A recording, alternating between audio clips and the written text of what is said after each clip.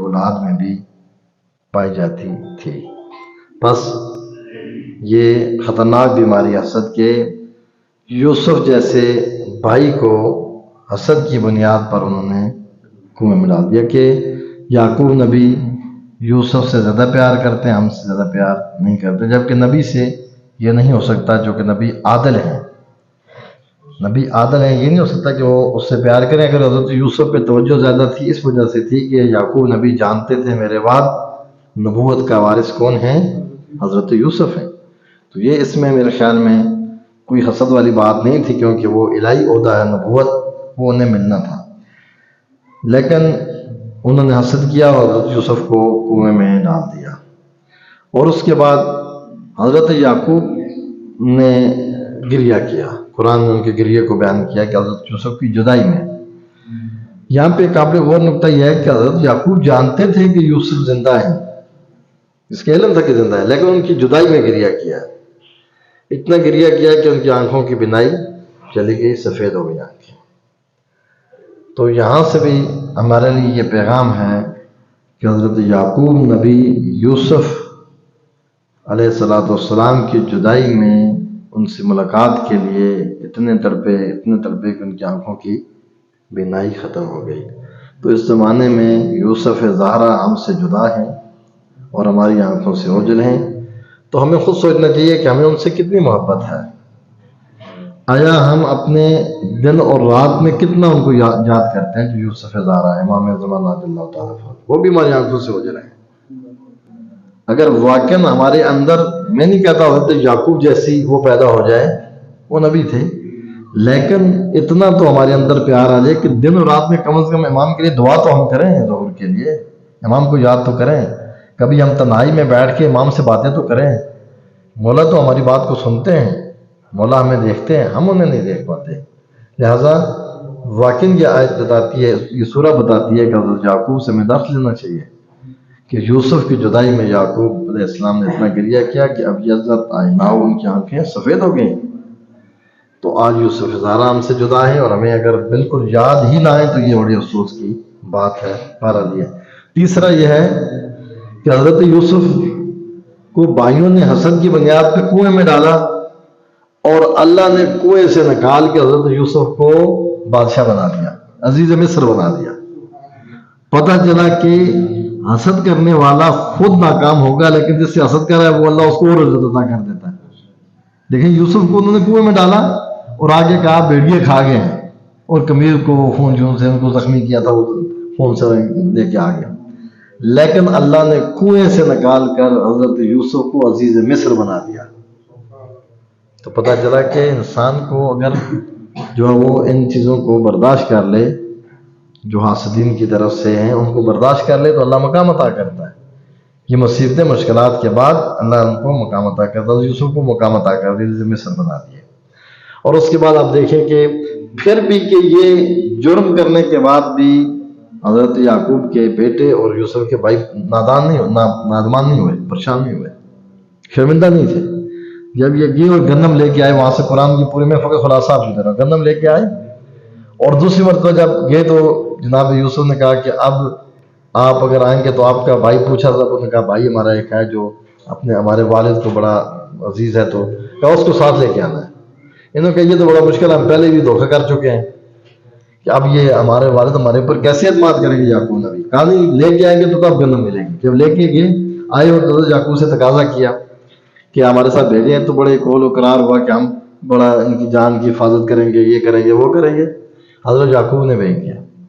جب بھیج دیا تو حضرت یوسف کے پاس جب پہنچے، انہوں نے اپنے بھائی کو اپنے ساتھ بٹھایا اوپر، بھائیوں کو کھانا وغیرہ کھلایا، بھائی کے ساتھ بیٹھے، اس کو اب بتا دیا کہ میں تیرا بھائی یوسف ہوں۔ اور اس کے بعد آپس میں مشورہ کیا کہ تمہیں میں یہاں رکھنا چاہتا ہوں، کون سا طریقہ کار اختیار کیا جائے کہ یہ تو بھائی تمہیں ساتھ لے کے نہ جا سکے۔ تو انہوں نے وہ سونے کا جو تھا اس کو ڈال دیا، کاسا جو تھا اس کے حضرت بنیامین کے اس گندم والے تھیلے میں۔ اب یہاں سے دیکھیں کہ جب یہ ڈالا، میں جو جس نقطے پہ آپ کو لا رہا ہوں وہ نقطہ کیا ہے، جب ڈالا اور جب یہ چلنے لگے راستے میں ان کو دروازے میں روکا اور کہا کہ عزیز مصر کے ہاں سے چوری ہو گئی ہے، اس کو ہم دیکھنا کیا۔ دیکھتے دیکھتے سب کا سامان چیک کیا تو حضرت بنیامین سے اس سے نکلا۔ تو بھائی نے پتہ کیا جملہ کہا کہ قرآن کی آیت ہے کہ تعجب نہیں ہے کہ بنیامین نے یہ کام کیا ہو، تعجب نہیں ہے کیونکہ اس کے بھائی نے بھی یہ کام کیا تھا۔ آپ کو پتا کہ حضرت یوسف پہ بھی تہمت لگائی تھی کہ وہ کمر بند جو وہ انہوں نے چوری کیا ہے، تو یہ تہمت تھی، تو کہا یہ قرآن کہتا ہے انہوں نے کہا کہ تعجب نہیں کہ بنیامین نے بھی یہ کام کیا کیونکہ اس کے بھائی نے بھی یہ کام کیا تھا، یہ حضرت یوسف کے سامنے کہا انہوں نے، تو یوسف تو جانتے تھے کہا یہ۔ اب یہاں تک دیکھیں کہ پھر بھی اپنے بھائی کے ساتھ حسد کر کے یہ کرنے کے بعد بھی یہ بات نہیں آئی، لیکن اللہ نے پھر ایسا امتحان ان سے لیا کہ پھر وہ قرآن نے جو کہا تھا کہ حضرت یوسف نے کہا تھا بابا میں نے خواب میں دیکھا ہے کہ 12 ستارے 11 ستارے 12 سورج مجھے سجدہ کر رہا ہے، تو انہوں نے کہا تھا بیٹا یہ خواب کسی کے سامنے بیان نہیں کرنی ہے، لیکن اس کی تعبیر کب ہوئی جب یہ بنیامین واپس وہ کرتا بھیجا حضرت یوسف نے، یہ بھی ایک دلیل ہے قرآن کی، حضرت یوسف نے اپنا کرتا بھیجا، حضرت یعقوب نے اس کرتے کی خوشبو کو محسوس کر لیا، کہا یہ میرے یوسف کا کرتا ہے، اور اس کرتے کو جب حضرت یوسف نے کہا تھا کہ اپنی آنکھوں پہ یعقوب بابا کی آنکھوں پہ لگایا جائے، حضرت یعقوب کی آنکھوں پہ لگا تو ان کو بینائی مل گئی کہ حضرات گرامی یہ کرتا حضرت یوسف کے بدن پہ تھا، تو اس نے آ کر یعقوب نبی کو شفا دے دی، یہ کوئی معمولی بات نہیں ہے، یعقوب نبی نے اپنی آنکھوں پہ لگایا اپنے بیٹے کا کرتا حضرت یوسف کا، انہیں شفا مل گئی۔ تو میرے خیال میں آج جو حضرات یہ کہتے ہیں یہ علم گھروں پہ لگاتے ہیں آپ کو کیا یہ دیتے ہیں، یہ جو آپ شبیہ بناتے ہیں کیا دیتے ہیں، ہم یہ کہتے ہیں شبیوں کی عبادت نہیں کرتے، ہم حضرت یوسف کے کرتے کو جو انہوں نے نہیں عبادت کی اس کی، وہ وسیلہ بنا ہے شفا کے لیے، لہٰذا یہ چیزیں جو ہیں جب وسیلہ نسبت ہو جائے، کیونکہ اس کو نسبت ہی حضرت یوسف کی طرف اس کے بدن پہ تھا، لہٰذا یہ علم پاک جتنے یہ ہمیں شبیہ ہم ان کو نسبت دیتے ہیں، جب نسبت دیتے ہیں تو ان کے اندر تاثیر پیدا ہو جاتی ہے، جس طرح حضرت یوسف کے بدن پہ کرتا تھا اس میں یہ تاثیر پیدا ہو گئی کہ اس نے حضرت یعقوب نبی کی آنکھوں میں بدائی کو واپس الٹا دیا، ورنہ کیا تھا حضرت یوسف کی حضرت یعقوب خود اپنی آنکھوں میں ہاتھ پھیرے تو بدائی مل سکتی تھی، لیکن یہ ایک حجت ہے، لہذا اس میں اندر بہت ساری چیزیں ہیں جو حضرت یوسف علیہ السلام، اس کے بعد جو ایک مرحلہ ہے جناب زلیخا کا خود ایک داستان ہے کہ آپ دیکھیں کہ کس طرح جو شیطان نے وہاں پر حملہ کیا کہ زلیخا کے ذریعے حضرت یعقوب کو حضرت یوسف کو امتحان میں ڈال دیا، لیکن حضرت یوسف نے کیا کہا، زلیخا نے کہا اگر میری بات نہیں مانو گے تو زندان میں ڈالوں گی، جیل میں ڈالوں گی، تو کہا جس جیل میں مرضی ڈال دو میں جاننے کے لیے تیار ہوں، لیکن تمہاری بات تمہارے سامنے میں تسلیم نہیں ہوگا۔ تو جیل میں ڈالا، تو جب باقی لوگ وہاں پہ ان کے دوست بن گئے تو انہوں نے ایک بات پوچھی، کہا آپ نے کیوں جیل کو پسند کیا، کیا تمہیں کیا پتا یہاں جو مزہ اللہ کی عبادت کا آتا ہے وہ درباروں میں نہیں آتا۔ تو آپ دیکھیں کہ انبیاء کا یہ شیوا ہے، مشکلات میں اللہ سے زیادہ وہ کرتے ہیں، تو لہذا ہمارے لیے درس ہے کہ زندگی میں یہ مشکلات یہ پریشانیاں اگر آ جائیں تو ہمیں اپنے اللہ پہ توکل کرنا چاہیے۔ اور یہاں پہ اس میں سورہ یوسف کی 13ویں پارے کی یہ آیت جو ہے 50 نمبر آیت 53، اس میں ایک بات ہے جس میں آپ کو میں بیان کروں گا تفسیر میں، فرماتے ہیں وَمَا أُبَرِّئُ نَفْسِي إِنَّ النَّفْسَ لَأَمَّارَةٌ بِالسُّوءِ، یہ عام بات ہے باقی کہ ہم اپنے نفس کی صفائی پیش نہیں کرتے۔ کس نے کہا؟ حضرت یوسف نے کہا میں اپنے نفس کی صفائی پیش نہیں کرتا، کیونکہ انسان کا نفس تو برائی پر اکساتا ہے، مگر یہ کہ میرا رب رحم کرے، لہذا فرمایا کہ انسان کے پاس جو نفس امارہ ہے، یہ پیغام ہے کہ انسان کے وجود میں جو نفس امارہ ہے یہ انسان کو برائی پہ اکساتا ہے۔ اب انسان کا جہاد یہ کہ اس نفس امارہ کے ساتھ جنگ کر لے، لہذا یہ کہتے ہیں عقل اور نفس امارہ کی ہمیشہ جنگ رہتی ہے، عقل اور نفس امارہ ہمیشہ جنگ میں ہوتے ہیں۔ اگر عقل نفس امارہ پہ غالب آ جائے تو انسان ہدایت کے راستے پر ہے، اور اگر نفس امارہ عقل پہ غالب آ جائے تو انسان برائی کے راستے پر ہے۔ بس یہ انسان کے دونوں چیزیں انسان کے کنٹرول میں، اس لحاظ سے لے کر کہ نفس امارہ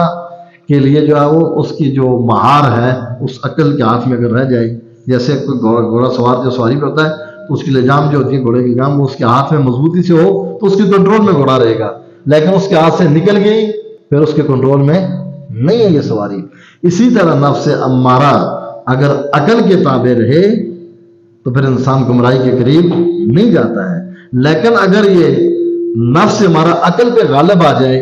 اور عقل اس کی تابع ہو جائے،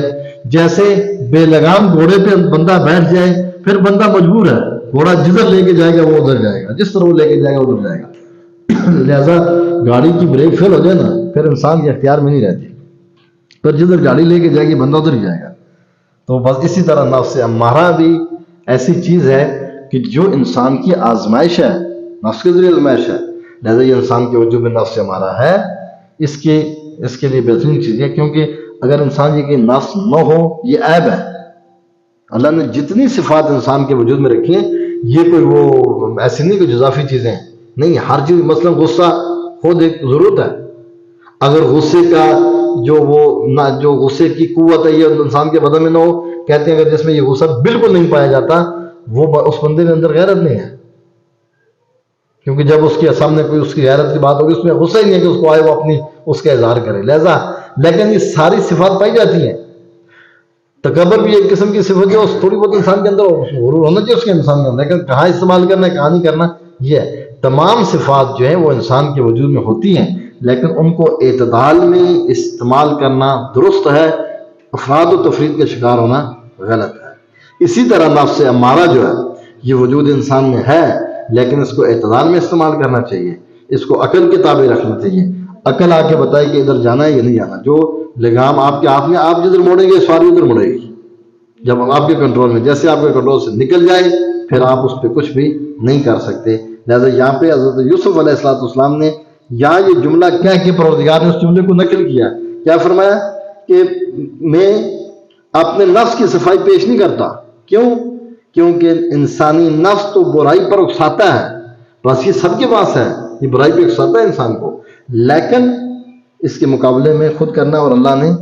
اللہ جس پہ رحم کرے گا، اللہ سے جو بخشش کو طلب کرے گا، اللہ سے جو اپنا رابطہ مضبوط رکھے گا وہ اس سے محفوظ رہے گا، اسے یہ نفس کچھ نہیں کرتا ہے. لہذا اس کے ذیل میں مفسرین نے جو نکات بیان کیا ان میں خصوصاً مفسر قرآن محسن ملت علامہ شیخ محسن علی نصفی علیہ مقام نے اپنی تفسیر الکوثر میں ایک جملہ اس کا ایک نقطہ بیان کیا. فرماتے ہیں کہ اللہ نفس مومن کو اپنی حالت پر نہیں چھوڑتا. نفس مومن جو ہے وہ اللہ اس کو اپنی حالت پر نہیں چھوڑتا.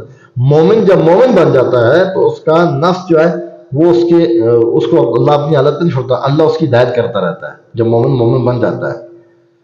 ٹھیک ہے، جب مومن ہی نہ بنے تو زبان سے بے شک ہزار بار کہ اس کا نہیں ہے. جب مومن بن جاتا ہے تو اللہ اس کو نہیں چھوڑتا. میں نے شاید پہلے بھی یہ بات کہی تھی کہ ہماری دعاؤں میں ہمیں یہ تعلیمات ہے کہ دعا مانگا کریں پروردگار ہمیں اپنی بارگاہ سے آزاد نہ کرنا، رہا نہ کرنا، ہمیں اپنے کنٹرول میں اپنے اس میں رکھنا تاکہ ہم تیرے سامنے رہیں. فرمایا کہ ورنہ نفس بے لگام ہے. لہذا دعا کا کیا جملہ ہے؟ رب لا تکلنی الی نفسی طرفت عین ابدا. یہ الکافی میں یہ دعا یہ جملہ ہے، روایت کے اس کی شروع میں باب دعوات معجزات میں. اے مالک